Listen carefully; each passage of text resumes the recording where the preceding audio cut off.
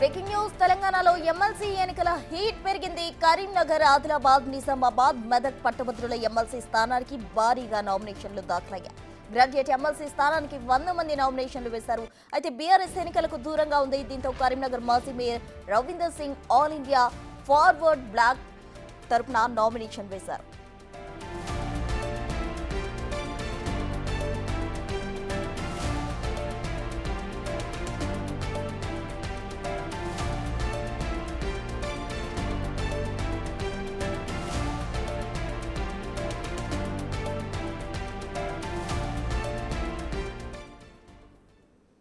తెలంగాణలో ఎమ్మెల్సీ ఎన్నికలకు సంబంధించి హీట్ పెరిగిన పరిస్థితి. అటు కరీంనగర్, ఆదిలాబాద్, నిజామాబాద్, మెదక్ పట్టభద్రుల ఎమ్మెల్సీ స్థానానికి అయితే నామినేషన్లు భారీగా వచ్చిన పరిస్థితి. దీనికి సంబంధించి పూర్తి డీటెయిల్స్ మా ప్రతినిధి శ్రీనివాస్ కరీంనగర్ నుండి అందించేందుకు సిద్ధంగా ఉన్నారు. శ్రీనివాస్.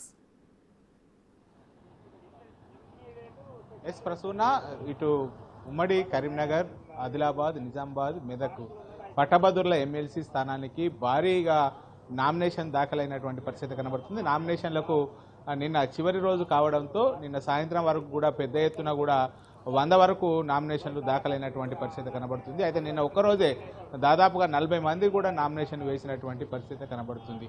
అయితే ఈ ఎన్నికలను చాలా ప్రతిష్టాత్మకంగా తీసుకున్నాయి.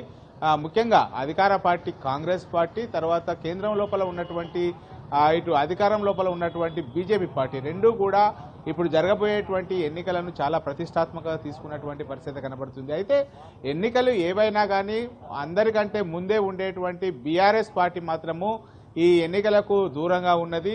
చాలామంది కూడా ఆశావాహులు బీఆర్ఎస్ పార్టీ తరఫున పోటీ చేస్తామని చెప్పి ముందుకు వచ్చినా కానీ ఇటు బీఆర్ఎస్ పార్టీ గులాబీ బాస్ ఇటు ఏదైతే అనాసక్తి చూపినటువంటి పరిస్థితి లోపల ఇటు బీఆర్ఎస్ టికెట్ ఆశించినటువంటి మాజీ mayor Sardar Ravinder Singh All India Forward Bloc తరఫున అయితే తన నామినేషన్ దాఖలు చేసినటువంటి పరిస్థితి కనబడుతుంది. అయితే ఇటు గులాబీ పార్టీ లీడర్లను, ఇటు వర్కింగ్ ప్రెసిడెంట్ కేటీఆర్, హరీష్ రావులను కలిసి తాను బీఆర్ఎస్ పార్టీ తరఫున పోటీ చేస్తానని చెప్పి విన్నవించినా కానీ ఈ ఎమ్మెల్సీ ఎన్నికలకు దూరంగా ఉంటున్నామని చెప్పి చెప్పడంతో అయితే చాలా రోజుల నుంచి కూడా క్యాంపెయినింగ్ చేస్తున్నటువంటి మేయర్ రవీందర్ సింగ్ ఈ బీఆర్ఎస్ పార్టీ అనాసక్తి చూపడంతో అయితే ఇప్పుడు ఆల్ ఇండియా ఫార్వర్డ్ బ్లాక్ తరఫున అయితే పోటీ చేస్తున్నటువంటి పరిస్థితి కనబడుతుంది. అదేవిధంగా ఇటు ఏదైతే ప్రైవేట్ స్కూల్స్ యాజమాన్యం జిల్లా అధ్యక్షునిగా ఉన్నటువంటి యాదగిరి శేఖర్ రావు కూడా గత ఎమ్మెల్సీ ఎన్నికల లోపల నామినేషన్ వేశారు. అయితే కానీ పార్టీ అప్పుడున్నటువంటి బీఆర్ఎస్ పార్టీ అధికారం లోపల ఉండడంతో అతన్ని బుజ్జగించడం కూడా జరిగింది.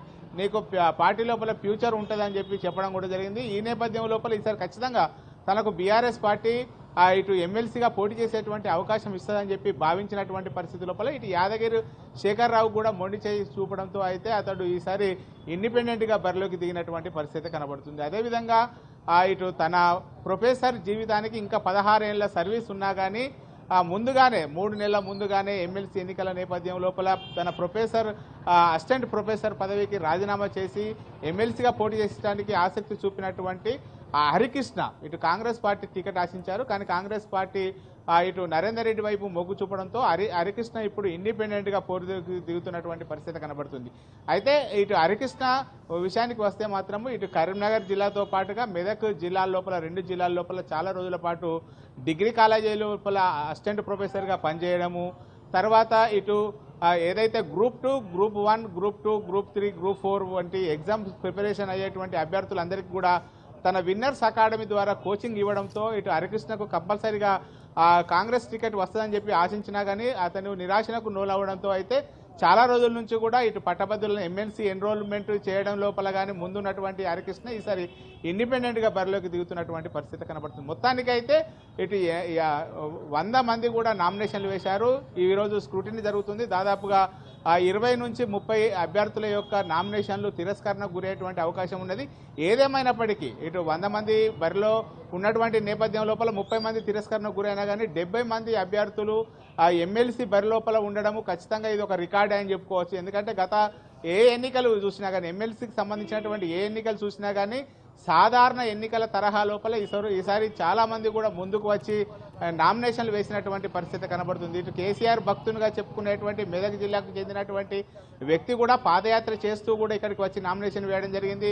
రిటైర్డ్ డిఎస్పీ కూడా ఇటు నామినేషన్ వేయడం జరిగింది. ఖచ్చితంగా ఎమ్మెల్సీ ఎన్నికల లోపల తాము రుజువు చేసుకోవాలని చెప్పి అయితే ఇటు చాలామంది స్వతంత్రులు తర్వాత ఇటు కాంగ్రెస్ పార్టీకి సంబంధించినటువంటి వారు బీజేపీకి సంబంధించినటువంటి వారు ముందుకు వస్తే ఈ ఎన్నికలను ఎందుకంటే కేటీఆర్ ఇటు ఉమ్మడి కరీంనగర్ జిల్లా లోపలే ప్రాతినిధ్యం వహిస్తున్నారు.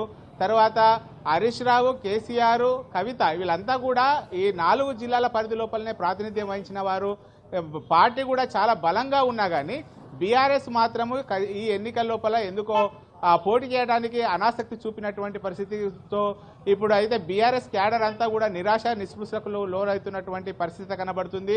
కానీ బీఆర్ఎస్ పోటీలో ఉంటే మజానే వేరే ఉంటుంది అని చెప్పి ఇటు బీఆర్ఎస్కు సంబంధించినటువంటి శ్రేణులు ఉత్సాహం చూపినా కానీ గులాబీ బాస్ అధిష్టానం మేరకు అయితే బీఆర్ఎస్ పార్టీ పోటీ చేయడానికైతే అనాసక్తి చూపింది. ఇప్పుడు ప్రధానంగా బీజేపీ, కాంగ్రెస్ తర్వాత ఇండిపెండెంట్ అభ్యర్థి ఎవరైతే ఇటు బీఎస్పీ తరఫున పోటీ ఉన్నటువంటి హరికృష్ణ మధ్యలోనే ప్రధాన పోరు ఉండేటట్టుగా అయితే ఉన్నది.